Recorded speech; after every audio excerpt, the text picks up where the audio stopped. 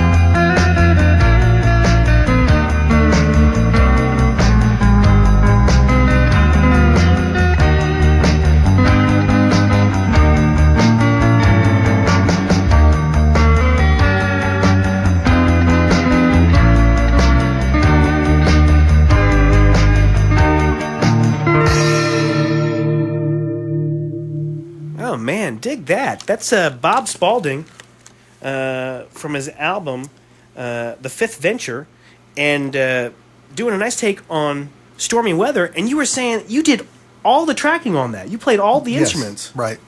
Man, you are a busy dude, man. Well, thank you very much. You know, that first album, the Fifth Venture album, is kind of interesting because it really is a collection of sophisticated demos I had done working with the Ventures, because they would get an album project and come up with ideas, and they'd ask me to come up with ideas, and so I'd put some stuff down, and we'd go to Don Wilson's house, one of the guys, and the great Sherman Don Oaks, Wilson, and sit around and put these ideas together. And strangely enough, I got to be on so many albums that somebody in England came up and said, we see this guy's name on the records all the time, Bob Spalding, and we don't really know who he is or what's going on, but actually, he's actually become the Fifth Venture, and that's actually how that moniker came up. So,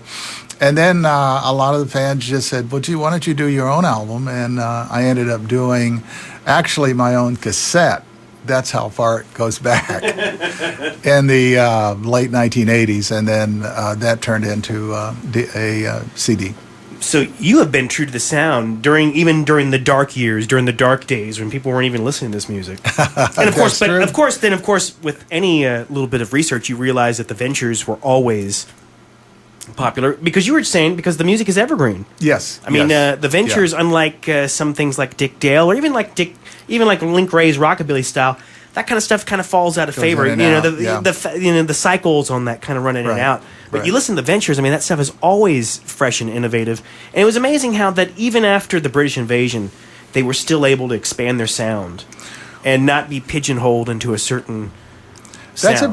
That's a very good point because the Ventures really had their greatest success during the 60s, and it lasted the complete 60s, and they went all the way from, as Paul Schaefer put it at the Rock and Roll Hall of Fame, he said, the Ventures went all the way from rock and roll to orchestral, because we had Hawaii Five-0 in actually 1968, and it took a year for that song to hit. In 1969. Yeah, of course, when the great TV show came out. And excuse me. And while we've got you here, tell us a little bit more about that the Ventures farewell show. I mean, tell us a farewell tour of Japan. Tell us the Ventures have been around for, as I said, for a long time. We're going on 55 years this year, and things are slowing down a little bit. And we've had. We're down to one of the original members playing with us right now, and that's Don Wilson. And so Don has decided to step down and retire. Don will be 83, I think. Yeah, 83 this coming year. And so what has happened is that we're going to have a farewell tour for Don this summer in Japan, and we'll hopefully have a tour that is a closing of an era and an opening of a new era. And so we're looking forward to that. Cool, as it should be. Is Leon Taylor still playing? Leon is still going, and he and I are ready to take this forward. Yeah. Oh, so he's your cohort with the V2 experience. Huh? Exactly, yeah. Leon and I kind of launched V2 earlier this year because we wanted to take what we call the art of the instrumental forward, because a lot of folks out there like this kind of music, and we believe that we should do all we can to keep it alive. Well, that's cool. Let's give them a couple more tracks before we get on out of here. And this is a track called The Jaguar off your Fifth Venture album. Tell us a little bit about that. The Jaguar was a original that I put together for a track that they wanted to do that sounded like Mark Knopfler. Okay. And so I had this unusual guitar called an Aria guitar, actually from Japan, and it was a Strat copy, but it was one of the first that had the out of synchronization pickups on it, and so it really got that sound. And so I ended up as original in terms of getting us something more in a Mark Knopfler type of sound. Cool, something for the guitar nuts out there. Bob Spalding from his album The Fifth Venture. This is a track called The Jaguar on the Casbah, 90.1 KSYM.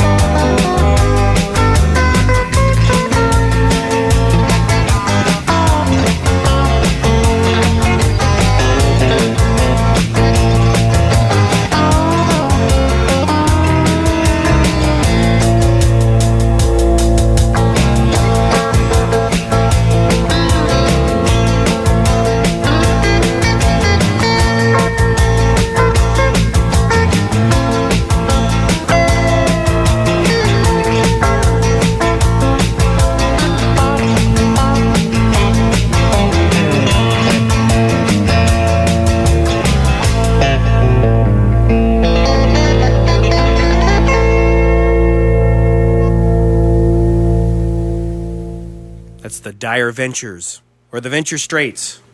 What do you call it, Bob? Bob Spalding of the Ventures here with us in the studio. Tell us a little bit about his what he's got going on, his band V2.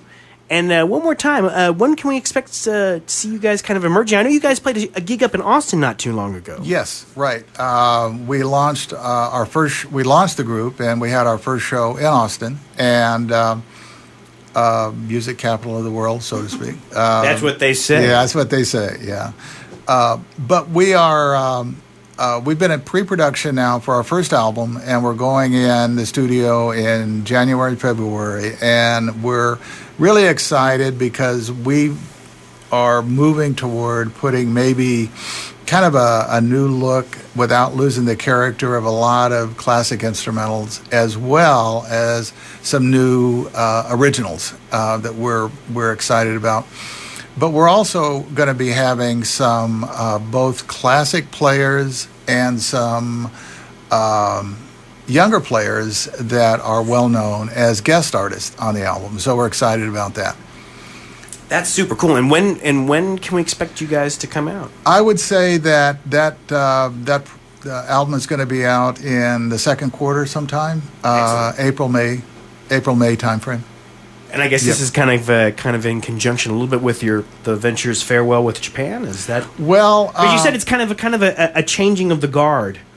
Well, musically, right? We're pretty much separate entities. Yeah. So there's V2, and then there's the Ventures, and the Ventures will always continue in Japan, and the Ventures, as I said before, have decided to kind of retire from the U.S. and other markets, but they remain iconic in Japan, and they will continue on over there for the foreseeable future. However, V2 and the direction that we're taking in moving the art of the instrumental forward, is going to be is something that we're involved in too. So.